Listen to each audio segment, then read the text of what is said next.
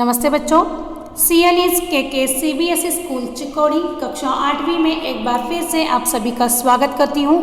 आज की इस कक्षा में हम पढ़ने जा रहे हैं बच्चों व्यंजन के भेद, लेकिन उससे पहले हमें कुछ प्रश्नों के उत्तर भी देने हैं। पिछले क्लास में हमने स्वरों के बारे में, ह्रस्व स्वरों के बारे में देखा, वर्णों के बारे में देखा है ना बच्चों। हाँ, तो यहाँ पर जो प्रश्न है 10 प्रश्न, इनके उत्तर भी आपको लिखने हैं अपने व्याकरण बुक में, ठीक है। तो सबसे पहला प्रश्न है वर्णों के कितने भेद हैं। प्रश्न दूसरा है स्वरों की संख्या कितनी है। प्रश्न तीसरा है स्वरों की मात्राएं कितनी हैं। प्रश्न चौथा है अयोगवाह में कौन कौन से वर्ण आते हैं। प्रश्न पांचवा है स्वरों के कितने भेद हैं और उनके नाम बताइए। प्रश्न छठा हर्ष स्वर में कितने स्वर होते हैं। प्रश्न सातवां हर्ष स्वर में कौन कौन से स्वर आते हैं। प्रश्न आठवां दीर्घ स्वर में कितने स्वर होते हैं। प्रश्न नौवां दीर्घ स्वर में कौन कौन से स्वर आते हैं।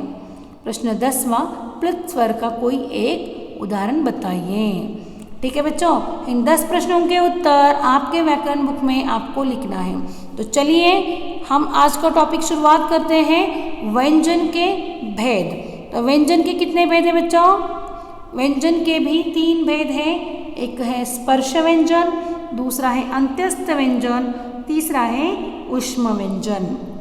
कौन कौन से व्यंजन है बच्चों। स्पर्श व्यंजन, अंत्यस्थ व्यंजन, ऊष्म व्यंजन। ठीक है, पहला देखते हैं स्पर्श व्यंजन। सबसे पहले स्पर्श व्यंजन की परिभाषा देखते हैं। जिन व्यंजनों का उच्चारण करते समय कंठ, ओठ, जीवा आदि मुख के विभिन्न अवयवों को स्पर्श करती हैं। जो ध्वनि है, जिन व्यंजनों का उच्चारण करते समय कंठ, ओठ, जीवा आदि के स्पर्श द्वारा होता है, वे स्पर्श व्यंजन कहलाते हैं। यानी कि हमारे मुख के अंदर जो विभिन्न अवयव होते हैं, उन अवयवों को वो स्पर्श करते हुए बाहर निकलती हैं।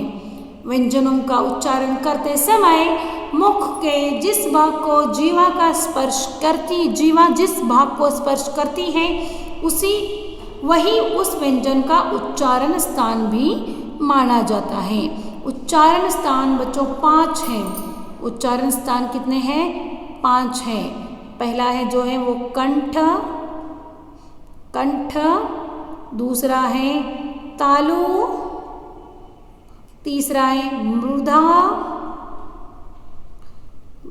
है मृधा, चौथा है दंत और 5वां है ओंठ।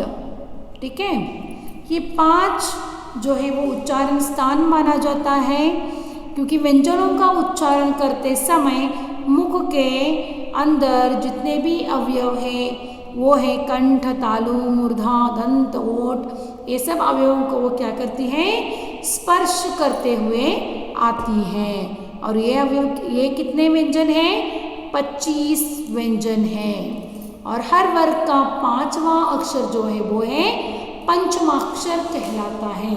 क्या कहलाता है बच्चों, पंचमाक्षर कहलाता है। तो चलिए देखते कौन कौन से अक्षर हैं।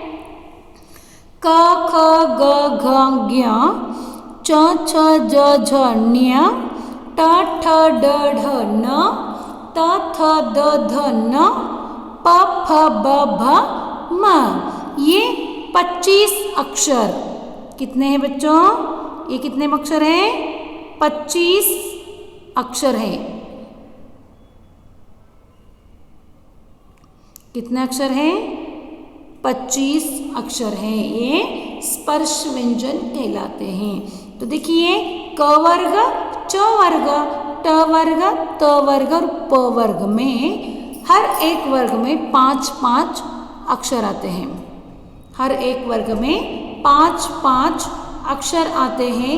इनमें पहला जो वर्ग है क ख ग घ ज्ञ, क ख ग घ ज्ञ, इसका उच्चारण स्थान जो है वो कंठ उच्चारण स्थान कहलाता है। क्या कहलाता है बच्चों, कंठ। क्योंकि क ख ग घ ज्ञ इसका उच्चारण जो है कंठ से सीधा उच्चारण होता है, कंठ में स्पर्श कर कर ये ध्वनि बाहर निकलती है। ठीक है, तो इसका उच्चारण स्थान कौन सा है? कंठ। क वर्ग का उच्चारण स्थान कंठ। ठीक है, दूसरा जो है वो है च वर्ग। च छ ज झ न्य। च छ ज झ न्य। इसका उच्चारण स्थान है बच्चों तालु। तालु यानी कि आप उच्चार कर कर देखिए, च छ ज झ न्य। आपकी जो जीवा है, आपके मुख में जो अंदर तालु है ऊपर, हाँ ऊपर का जो भाग है मुख के अंदर में जो ऊपर का भाग है वो जीवा उसको स्पर्श करते हुए ध्वनि निकालती है ना। देखिए च छ ज झ न्य किस प्रकार से ध्वनि निकलती है? जो तालु को ऊपर मुख के अंदर जो तालु है वहां पर टच कर कर वो बाहर निकलती हैं। तो ये तालु, इसका उच्चारण स्थान क्या है? तालु। ठीक है, च वर्ग का उच्चारण स्थान तालु है। अगला वर्ग है ट वर्ग। कौन सा? ट वर्ग। अगला कौन सा वर्ग है? ट वर्ग। इसका उच्चारण स्थान है मूर्धा, बोलते हैं इसको मूर्धा। मूर्धा। ठीक है, मूर्धा यानी कि ट ठ ड ढ न। इसका जब हम उच्चार करते हैं तो जीवा है वो हमारे मुख के अंदर रोल हो जाती है। क्या होती है? रोल होता है, फोल्ड हो जाता है। वो जीवा जो है, टंग जो है वो फोल्ड होती है ना। देखो उच्चारण कर कर देखो, ट ठ ड ढ न, तो वो फोल्ड होकर उसका उच्चार होता है, तो उसको मूर्धा बोलते हैं। ठीक है, अब अगला वर्ग है त वर्ग। कौन सा? त वर्ग। त थ द ध न। ये जो वर्ग है इसका उच्चारण स्थान है दंत, क्योंकि त थ द ध न इसका उच्चार जब हम करते हैं तो इनको हम क्या करते हैं? दांत, ये जो जीवा है वो दांत को स्पर्श करते हुए ध्वनि बाहर निकालती है। समझ में आया ना बच्चों? ये क्या है? दंत। त वर्ग का उच्चारण स्थान दंत। एक बार फिर से, त वर्ग का उच्चारण स्थान कौन सा है? दंत। ठीक है, अब लास्ट में अंत में जो प वर्ग है, प फ ब भ म, इसका उच्चार कर कर ही देखो बच्चों, जो ध्वनि निकलती है तो होठों को स्पर्श करते हुए वो बाहर आती है। क्या करती है? होठों को स्पर्श करते हुए बाहर निकलती है। तो इसका उच्चारण स्थान है होंठ। ठीक है, क्या है? होंठ। हाँ, इसका उच्चारण स्थान क्या है? होंठ। समझ में आया बच्चों? ओके, तो अगला जो व्यंजन का प्रकार है वो है अंत्यस्थ व्यंजन। अंत्यस्थ व्यंजन किसे कहते हैं बच्चों? जिन व्यंजनों का उच्चारण करते समय जीवा पूरी तरह से मुख के किसी भाग को नहीं छूती। जिन व्यंजनों का उच्चारण करते समय जीवा पूरी तरह से मुख के किसी भाग को नहीं छूती, वे अंत्यस्थ व्यंजन कहलाते हैं। अब वो व्यंजन कौन कौन से हैं? य र ल व। य र ल व मुख के किसी भी भाग को, वो जो जीवा होती है वो मुख के अंदर जितने भी अवयव है उनको वो बिना स्पर्श करते हुए बाहर निकलती है, यानी कि अंतिम स्थान पर इन व्यंजनों का उच्चारण होता है। तो ये चार है व्यंजन, य र ल व। ठीक है, अब अगला जो है वो है ऊष्म व्यंजन। अगला व्यंजन कौन सा है? ऊष्म व्यंजन।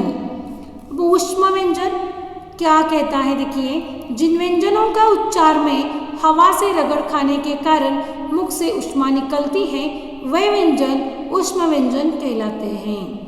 जिन व्यंजनों का उच्चारण करते समय मुख से गर्म हवा निकलती है, यानी कि कौन कौन से? वो श, श, स, ह। श, श, स, ह।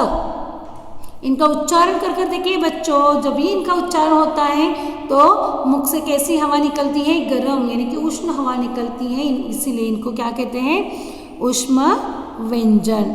ठीक है बच्चों, आज हमने देखा व्यंजन के 3 भेदों की जानकारी हमने पाई है, स्पर्श व्यंजन, अंत्यस्थ व्यंजन और ऊष्म व्यंजन। एक बार फिर से बताती हूँ बच्चों, जिन व्यंजनों का उच्चार करते समय जीवा मुख के विभिन्न अवयवों को स्पर्श करती है वे स्पर्श व्यंजन कहलाते हैं।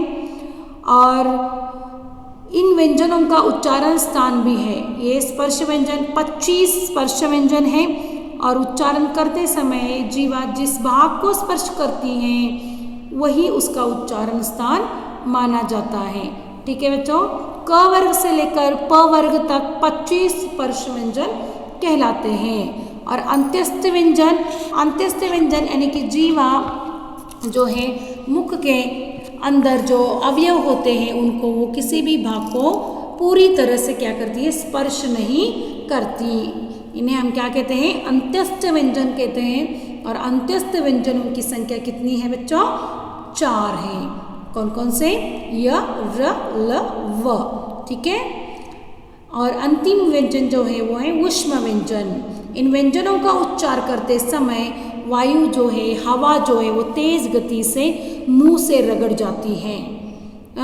मुंह में क्या हो जाती है, वो रगड़ जाती है, इसीलिए वहाँ से क्या हो जाता है, ऊष्मा यानी कि गर्म हवा निर्माण होती है और गर्म हवा बाहर निकलती है। आसान शब्दों में कहा जाए तो हम ऊष्म व्यंजन का उच्चारण करते समय जो मुंह से हवा निकलती है वो गर्म हवा निकलती है, इसलिए इनको हम क्या कहते हैं, ऊष्म व्यंजन कहते हैं। वो कितने हैं, 4 हैं, श, श, स, ह।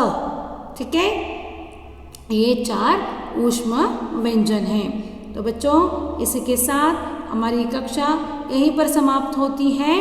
आशा करती हूँ कि आपको व्यंजनों के भेद समझ में आए होंगे और आपको इसका नोट्स अपने फेयर बुक में, व्याकरण बुक में बनाना है। धन्यवाद।